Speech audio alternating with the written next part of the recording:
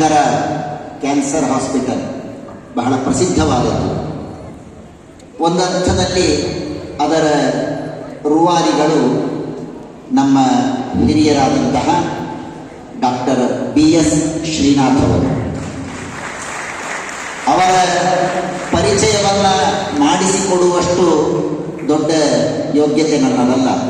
ಅವರ ಸಾಧನೆ ಅಪಾರವಾದಂತಹ ಸಾಧನೆ. ಅವರು ಇವತ್ತು ಭಾರತ ದೇಶದಲ್ಲಿ, ಒಂದರ್ಥದಲ್ಲಿ ವಿಶ್ವದಲ್ಲಿಯೇ ಈ ಕ್ಯಾನ್ಸರ್ ರೋಗ ನಿವಾರಣೆಗಾಗಿ ಅವರು ಕಂಡು ಹಿಡಿದಂತಹ, ಅವರು ಹುಟ್ಟು ಹಾಕಿದಂತಹ ನಾನಾ ತರಹದ ಉಪಾಯಗಳು ಇವತ್ತು ದೇಶದಲ್ಲಿ ಜಗಜ್ಜನಿತವಾಗಿದೆ. ಅಂತಹ ಒಂದು ವಿಶೇಷವಾದಂತಹ ಸೇವೆಯನ್ನು ಅವರು ಮಾಡ್ತಾ ಇದ್ದಾರೆ. ನಾನು ಪ್ರಾರಂಭದಲ್ಲಿ ಹೇಳಿದಂತೆ ನರಸಿಂಹ ಸಪ್ತರಾತ್ರೋತ್ಸವದ ಈ ಸಂದರ್ಭದಲ್ಲಿ ಅವರಿಗೆ ನಾವು ಸನ್ಮಾನ ಮಾಡ್ತಾ ಇರುವುದು ತುಂಬ ಔಚಿತ್ಯಪೂರ್ಣವಾದದ್ದು. ನರಸಿಂಹದೇವರು ಎಲ್ಲ ಶತ್ರುಗಳನ್ನು ನಿವಾರಣೆ ಮಾಡ್ತಾನೆ. ಆ ನರಸಿಂಹದೇವರ ವಿಶೇಷ ಅನುಗ್ರಹವನ್ನು ಪಡೆದಂತಹ ಶ್ರೀನಾಥ್ ಅವರು ಕೂಡ ನಮ್ಮ ದೇಹದ ಒಳಗೆ ಇರುವಂತಹ ಆ ಕ್ಯಾನ್ಸರ್ ಶತ್ರು ಅನ್ನುವುದರ ಜೊತೆಗೆ ನಿರಂತರವಾದ ಹೋರಾಟವನ್ನು ಮಾಡಿ ನೂರಾರು ಜನರಲ್ಲ, ಸಾವಿರಾರು ಲಕ್ಷ ಜನರಿಗೆ ಇವತ್ತು ಆರೋಗ್ಯ ಭಾಗ್ಯವನ್ನು ಕರುಣಿಸ್ತಾ ಇರುವಂತಹ ಒಂದು ವಿಶೇಷವಾದಂತಹ ವೈದ್ಯ ಧನ್ವಂತರಿಯ ವೈದ್ಯ ನಾರಾಯಣನ ಅನುಗ್ರಹಕ್ಕೆ ಪಾತ್ರರಾದವರು ಶ್ರೀನಾಥ್ ಅವರು. ಅವರನ್ನು ಗೌರವಿಸ್ತಾ ಇರುವುದು, ಅವರಿಗೆ ಶ್ರೀಪಾದಂಗಳವರಿಂದ ಆಶೀರ್ವಾದವನ್ನು ಮಾಡಿಸ್ತಾ ಇರುವುದು ನಿಜವಾಗಿಯೂ ನಮ್ಮ ಸಮಾಜಕ್ಕೆ, ನಮಗೆಲ್ಲ ತುಂಬ ಹೆಮ್ಮೆಯ ವಿಷಯ, ತುಂಬ ಸಂತೋಷದ ವಿಷಯ. ಅವರ ಸಮರ್ಪಣೆಯ ಬಗ್ಗೆ, ಅವರು ಒಬ್ಬ ಈ ಕ್ಷೇತ್ರದಲ್ಲಿ ಅವರು ಒಂದೇ ಒಂದು ಉದ್ದೇಶ, ಅವರು ಮಾಡುವ ಪೂಜೆ ಅದು ರೋಗಿಗಳಲ್ಲಿಯೇ ಭಗವಂತನನ್ನು ಕಾಣುತ್ತಾರೆ. ಒಬ್ಬ ನೊಂದ ರೋಗಿಗೆ ಸಮಾಧಾನವನ್ನು ಮಾಡುವುದು, ಅವನಿಗೆ ಸೂಕ್ತವಾದ ಪರಿಹಾರವನ್ನು ಕೊಡುವುದೇನೆ ಅವರ ದೇವರ ಪೂಜೆ. ಅವರಿಗೆ ಆತ್ಮೀಯರಾದವರು ಒಬ್ಬರು ಹೇಳ್ತಾ ಇದ್ದರು, ಅವರು ಎಷ್ಟೋ ಬಾರಿ ಆಪರೇಷನ್ ಥಿಯೇಟರ್ನಲ್ಲಿಯೇ ಸುಮ್ಮನೆ ಒಂದು ಡಬ್ಬಿಯನ್ನು ತೆಗೆದುಕೊಂಡು ಹೋಗೋದು, ಅಲ್ಲೇ ಊಟ ಮಾಡೋದು, ಮತ್ತೆ ಕೆಲಸ ಮಾಡೋದು, ಮತ್ತೆ ಆಪರೇಷನ್ ಮಾಡೋದು, ನಿರಂತರವಾಗಿ 16-18 ಗಂಟೆಗಳ ಕಾಲ ಅವರು ರೋಗಿಯ ಚಿಕಿತ್ಸೆಗಾಗಿ ತಮ್ಮನ್ನು ತಾವು ಸಮರ್ಪಣೆ ಮಾಡಿಕೊಂಡಿದ್ದಾರೆ ಎಂದರೆ ಇದು ನಿಜವಾಗಿಯೂ ಅವರ ಅದ್ಭುತವಾದಂತಹ, ಭಗವಂತ ಅವರಲ್ಲಿ ನಿಂತು ಮಾಡಿಸ್ತಾ ಇರುವಂತಹ ಒಂದು ದೊಡ್ಡದಾದಂತಹ ಸೇವೆ. ಭಗವಂತ ನಾನಾ ರೂಪದಲ್ಲಿ ಜಗತ್ತಿಗೆ ಅನುಗ್ರಹವನ್ನು ಮಾಡ್ತಾನೆ ಅಂತ ನಾವು ಕೇಳ್ತೇವೆ. ಅದರಲ್ಲಿ ವೈದ್ಯರಲ್ಲಿ ಇರುವಂತಹ ಭಗವಂತನ ಉಪಕಾರ, ಭಗವಂತನ ಅನುಗ್ರಹ ಸಮಾಜದ ಮೇಲೆ ಬೇಕಾದಷ್ಟು ಇದೆ. ವಿಶೇಷವಾಗಿ ನಮ್ಮ ಹಿರಿಯರಾದಂತಹ ಮಾನ್ಯರಾದ ಡಾಕ್ಟರ್ BS ಶ್ರೀನಾಥ್ ಅವರು ಆ ಕ್ಷೇತ್ರದಲ್ಲಿ ಮಾಡ್ತಾ ಇರುವಂತಹ ಸೇವೆಯನ್ನು ಕಂಡು ಪರಮ ಪೂಜ್ಯ ಶ್ರೀಪಾದಂಗಳವರು ತುಂಬ ಹೃದಯದಿಂದ ಅವರನ್ನು ಆಶೀರ್ವದಿಸಲಿದ್ದಾರೆ. ಪಂಡಿತ ಪೂಜ್ಯ ಸತ್ಯಧ್ಯಾನಾಚಾರ್ಯರು ಒಂದೆರಡು ಮಾತುಗಳನ್ನು ಆಡಬೇಕು ಅಂತ ನಾನು ಕೇಳಿಕೊಳ್ತಾ ಇದ್ದೆ. ಪಂಡಿತ ವಿದ್ಯಾಧೀಶಾಚಾರ್ಯರು ಈಗಾಗಲೇ ನಮ್ಮ ಡಾಕ್ಟರ್ ಶ್ರೀನಾಥ್ ಅವರ ಬಗ್ಗೆ ಹೇಳಿದ್ದಾರೆ.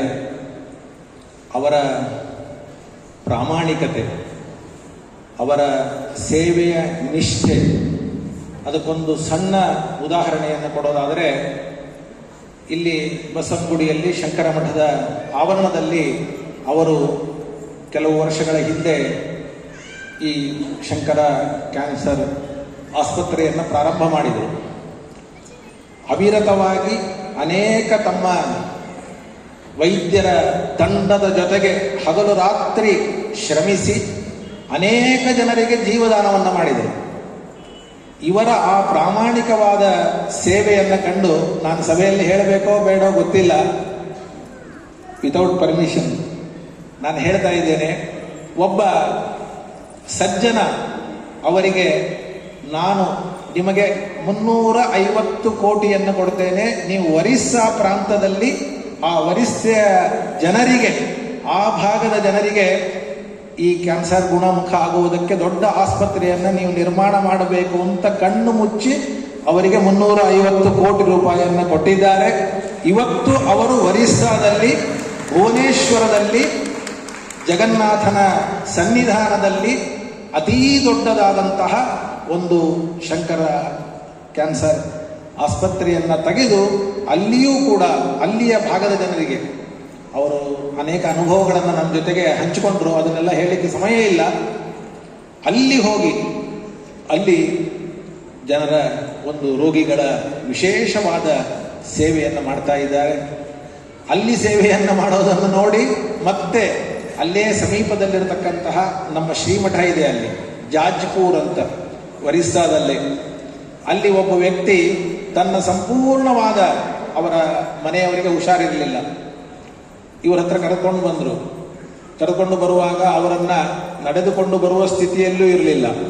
ಆದರೆ ಇವರ ಹತ್ರ ಕರ್ಕೊಂಡು ಬಂದು ವಾಪಸ್ ಹೋಗುವಾಗ ಫಸ್ಟ್ ಕ್ಲಾಸ್ ಆಗಿ ಓಡ್ತಾ ಹೋದರು ಅವರು ಹಾಸ್ಪಿಟ್ಲಿಗೆ.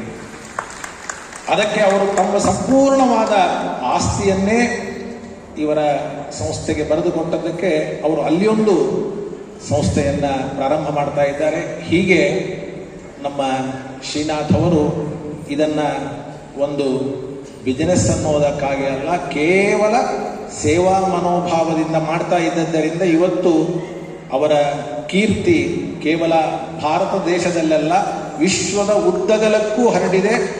ಬೇರೆ ದೇಶದ ರೋಗಿಗಳು ಬಂದು ಇವರ ಹತ್ತಿರ ಚಿಕಿತ್ಸೆಯನ್ನು ತೆಗೆದುಕೊಳ್ತಾ ಇದ್ದಾರೆ. ಅದನ್ನು ವಿಚಾರ ಮಾಡಿದೆ. ಬೇರೆ ದೇಶದ ಮುಂದುವರೆದ ರಾಷ್ಟ್ರದ ರೋಗಿಗಳು ಬಂದು ಇಲ್ಲಿ ಚಿಕಿತ್ಸೆಯನ್ನು ತೆಗೆದುಕೊಳ್ತಾ ಇದ್ದಾರೆ ಅಂದರೆ ಇವರ ಮನೋಭಾವ ಎಷ್ಟಿರಲಿಕ್ಕೆ ಸಾಧ್ಯ ಇಲ್ಲ. ಕರ್ಮ ಸಂಯೋಗದಿಂದ, ಪ್ರಾರಬ್ಧ ಕರ್ಮದಿಂದ ನಮ್ಮ ಮಠದ ಅನೇಕ ಶಿಷ್ಯರಿಗೆ, ಭಕ್ತರಿಗೆ ಆ ತರಹದ ಸಮಸ್ಯೆ ಆದಾಗ ಕೇವಲ ಒಂದು ಫೋನನ್ನು ಮಾಡಿದರೆ ಸಾಕು, ಅವರಿಗೆ ಪೂರ್ಣವಾಗಿ 1 ರೂಪಾಯಿ ಇಲ್ಲದೆ ಕೆಲವೇ ದಿವಸಗಳ ಹಿಂದೆ, ಒಂದು ತಿಂಗಳೂ ಆಗಿಲ್ಲ, 1 ತಿಂಗಳ ಹಿಂದೆ ಒಂದು ಚಿಕಿತ್ಸೆ ನಡೀತು. ಆ ಚಿಕಿತ್ಸೆಗೆ ವೆಚ್ಚ ಎಷ್ಟು ಅಂತ ನಾನೀಗ ಹೇಳೋದಿಲ್ಲ. ಅದರ ಸಂಪೂರ್ಣವಾದ ಜವಾಬ್ದಾರಿಯನ್ನು ಆಸ್ಪತ್ರೆಯಿಂದಲೇ ತಾವೇ ಪಡೆದು ಅವರನ್ನು ಗುಣಮುಖರಾಗಿ ಹೀಗೆ ಅನೇಕ ಜನರಿಗೆ ಮಾಡಿದ್ದುಂಟು. ನಾವು ನೀವೆಲ್ಲರೂ ಕೂಡ ವಿಶೇಷವಾಗಿ ಪ್ರಾರ್ಥನೆಯನ್ನು ಮಾಡೋಣ. ನಮ್ಮ ಶ್ರೀನಾಥ್ ಅವರಿಗೂ ಅವರ ಎಲ್ಲ ತಂಡದವರಿಗೂ ಕೂಡ ಹೆಚ್ಚು ಶಕ್ತಿಯನ್ನು, ಆರೋಗ್ಯವನ್ನು, ಉತ್ಸಾಹವನ್ನು ಕೊಟ್ಟು ನಮ್ಮ ದೇಶದ ಸೇವೆಯನ್ನು, ಸಮಾಜದ ಸೇವೆಯನ್ನು ನಿರಂತರವಾಗಿ ಮಾಡಲಿ ಅಂತ ನಾನು ಕೇಳ್ತಾ, ಸ್ವಾಮಿಗಳು ಅವರಿಗೆ ಅನುಗ್ರಹ ಸಂದೇಶದ ಮೂಲಕವಾಗಿ ಅನುಗ್ರಹವನ್ನು ಮಾಡಬೇಕು ಅಂತ ಕೇಳ್ತಾ ಇದ್ದೆ.